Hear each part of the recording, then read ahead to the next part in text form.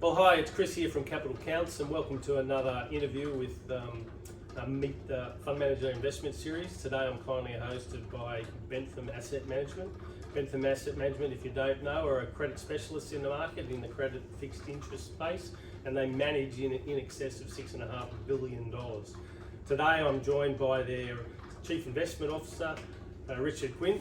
Thank you very much for having us today. Thanks very much.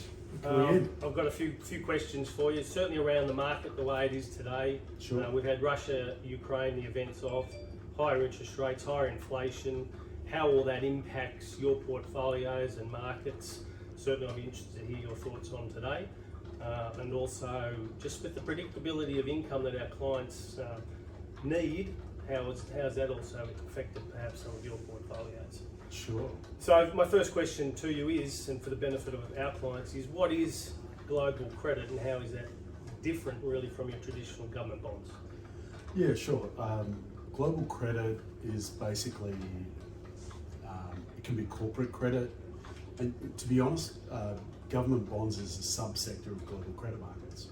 So when a country goes to borrow, they're borrowing from the credit market. It's the global capital markets, that's what we would call it.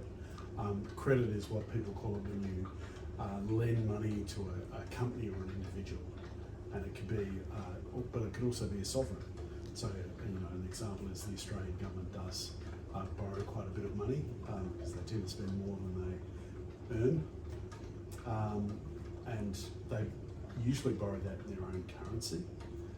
Emerging market countries borrow in their own currency and in hard currencies like the US dollar. And then you have corporates, and corporates borrow in lots of different currencies all around the world. And usually we have a credit handle on these things. And you may have heard those Moody's and S&P ratings. Well, they're the ratings that are used by credit investors usually. And they're a measure of how much default risk is in different credit investments. Thanks for that. So what are the other benefits of credit inside portfolios, do you think? Yeah, well, the major benefit for credit inside a portfolio is, one, it yields more than government debt, a lot more than government debt. So you can get twice as much or even more than the yield on government debt. Two, you can be secured in your lending. So I think a lot of people look at, say, a company and they invest in the equity of the company. Well, the reality is equity is the cushion to a credit investment. It's not, we're not as volatile as a credit investment. And that's one of the things, right? So if you're looking for an income that's senior and sometimes secured, sometimes unsecured, credit provides a really good income in that space, and comparable, and sometimes a lot higher than the income you can get from equities. And it also has the benefit of being less correlated to equities. So it has less risk than equities. And if you were to mention that as volatility, I would say our global income fund has a third the volatility of equities. High yield would have about half the volatility of equities, but probably the same return, which is odd, right? Yep. So what you mentioned risk, what are the other risks associated with the risks associated with credit are a similar risk that you would have in a company, but I would say that some of them are a bit more nuanced. So you may have earnings downgrades, when we have ratings downgrades. So if a company moves from, say, being triple B to double B, there's quite a big increase in the yield required from the market. And so that credit downgrade would cause the interest rate to go up on the bond, which would mean the bond price would go down. So that's a downgrade risk. And companies go up and down depending on whether they're being leveraged up or leveraged down, and how their environment is. And then you also have the worst risk of there is a worse risk than a downgrade risk, and there's a default risk. And it's a highly unlikely event for very high or investment grade assets. The non-investment grade assets or high yield is a more likely event in a recession. And in that sort of environment, you can have, reasonably high default rates, and that's where you need a lot of diversity in your credit investment. So that and the default doesn't, and that's the thing I think people don't get when investing in credit. Usually in a default, you won't lose all your money. Depending on where you sit in the capital structure, you can recover 100 cents in the dollar. You can recover, the average senior secured recovers around 65 cents in the dollar, and then an unsecured high yield bond, may recover 30 cents in the dollar. But it all depends on the different company and what defaults. And similarly with asset-backed securities, government bonds, they all have different default cycles and downgrade cycles, but it does follow the economy as well.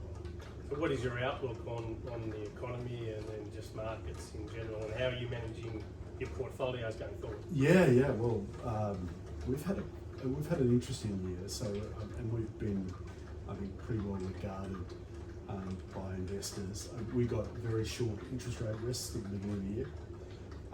So we were short interest rate risk, so as interest rates rose, we made money, which made us quite unusual. Most people just stay with long interest rate duration.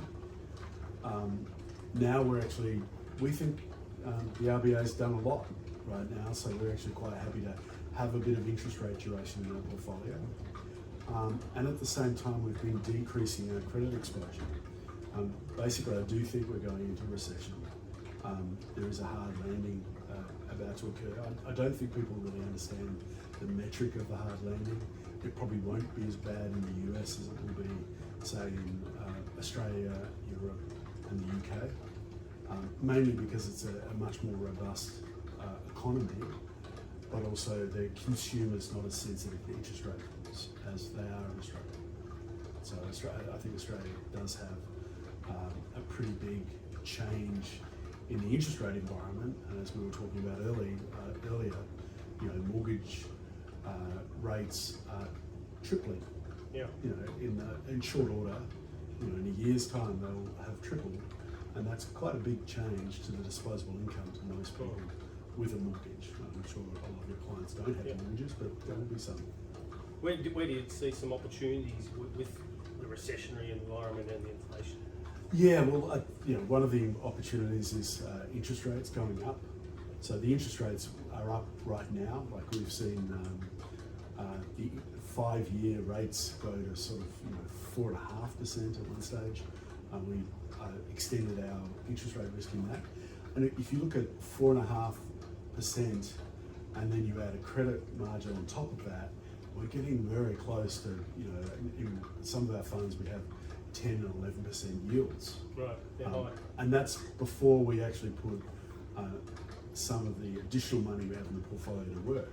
So yields are going to be higher on investments.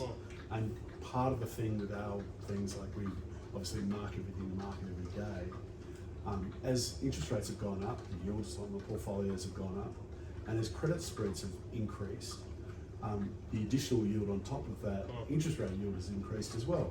So now I think income consistency going forward is going to be really good. So for retirees, etc., a lot of our audience, that income is going to be a little bit more predictable? Oh, I think so, and it's going to be higher.